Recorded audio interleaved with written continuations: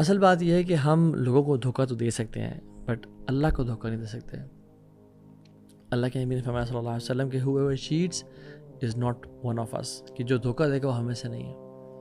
اور یہ سب کیا کیوں جاتا ہے بائی دا وے اگر آپس کی بات ہے یہ اس لیے کیا جاتا ہے نا کہ زیادہ مال مجھے مل جائے گا, زیادہ لگژریز میں آ جاؤں گا, شارٹ کٹس, رائٹ. تو ایک حدیث میں آتا ہے جس کی سند ضعیف ہے بٹ معنی بالکل ٹھیک ہے, وَلَا نَقَصَ قَوْمُ الْمِكْيَالَ وَالْمِيزَانَ إِلَّا قَطَ اللَّهُ عَنْهُ رِزْقَ, کہ کوئی قوم ناپ تول میں کمی یا تطفیف میں نہیں پڑتی, شارٹ چینجنگ میں نہیں پڑتی کہ اللہ تعالیٰ اس کا رزق کاٹ دیتے ہیں,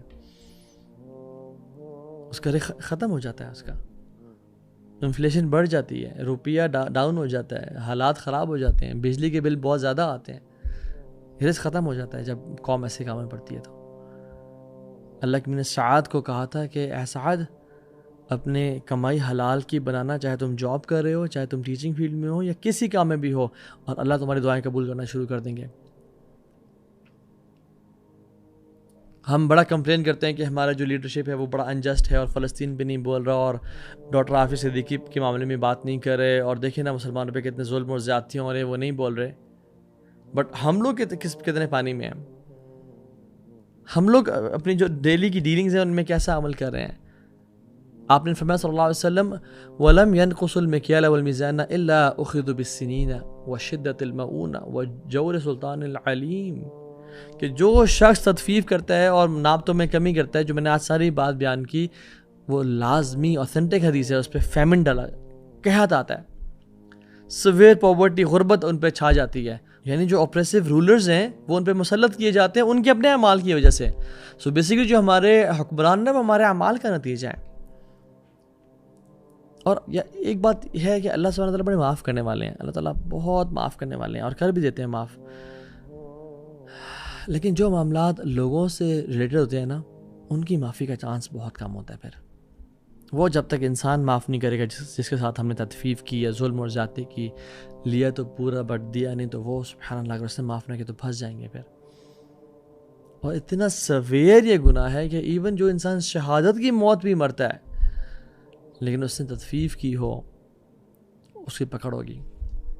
ایک صحابی نے کہا یا رسول اللہ صلی اللہ علیہ وسلم ارأیت ان قتلت فی سبیل اللہ اتکفر عنی خطایائی, کیا آپ دیکھتے ہیں کہ اگر میں اللہ کے راستے میں قتل کر دیا جاؤں, شہید ہوں, تو میرے تمام گناہ معاف ہو جائیں گے, کیسا ہوگا؟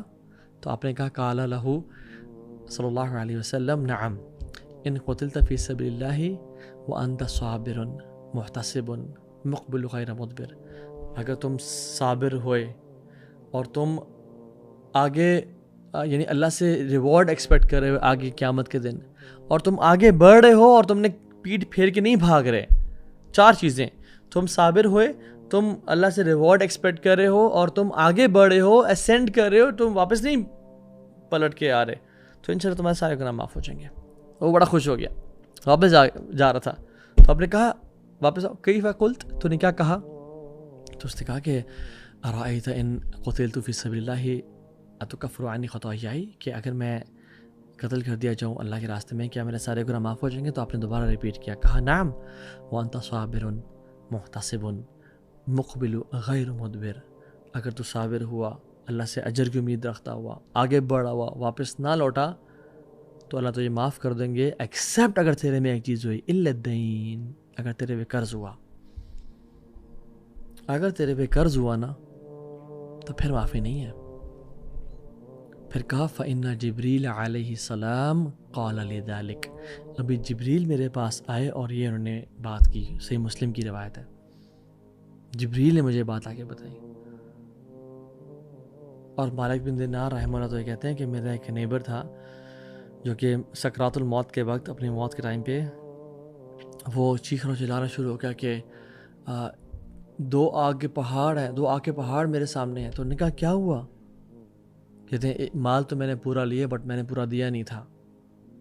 تو ہی could see mountains of fire.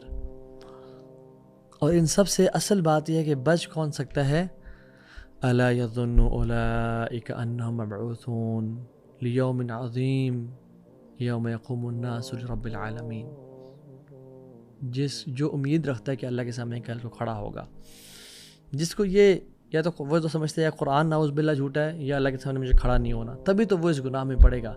جس کو یہ علم ہے اور یقین ہے کہ اللہ کے سامنے میں نے کل کھڑے ہونا ہے تو وہ تطفیف میں نہیں پڑے گا، جو قرآن میں خود کہتا ہے وَمَا يُكَذِّبُ بِهِ إِلَّا كُلُّ مُعْتَدٍ أَثِيمٍ، کہ اس قیامت کے دن کا تو انکار وہی کرتے ہیں جو سخت گناہ گار ہیں۔ تو اللہ تعالیٰ ہمیں بچائے۔ وَقَدْ خَابَ مَنْ حَمِلَ ظُلْمًا، وہ تباہ ہو گیا جو ظلم کر کے آیا۔ اللہ سبحانہ وتعالیٰ ہمیں تطفیف کے گناہ سے بچائے، ہمیں ایسے لوگوں میں سے بنائے کہ جب لیں تو پورا لیں اور دیں تب بھی پورا دیں۔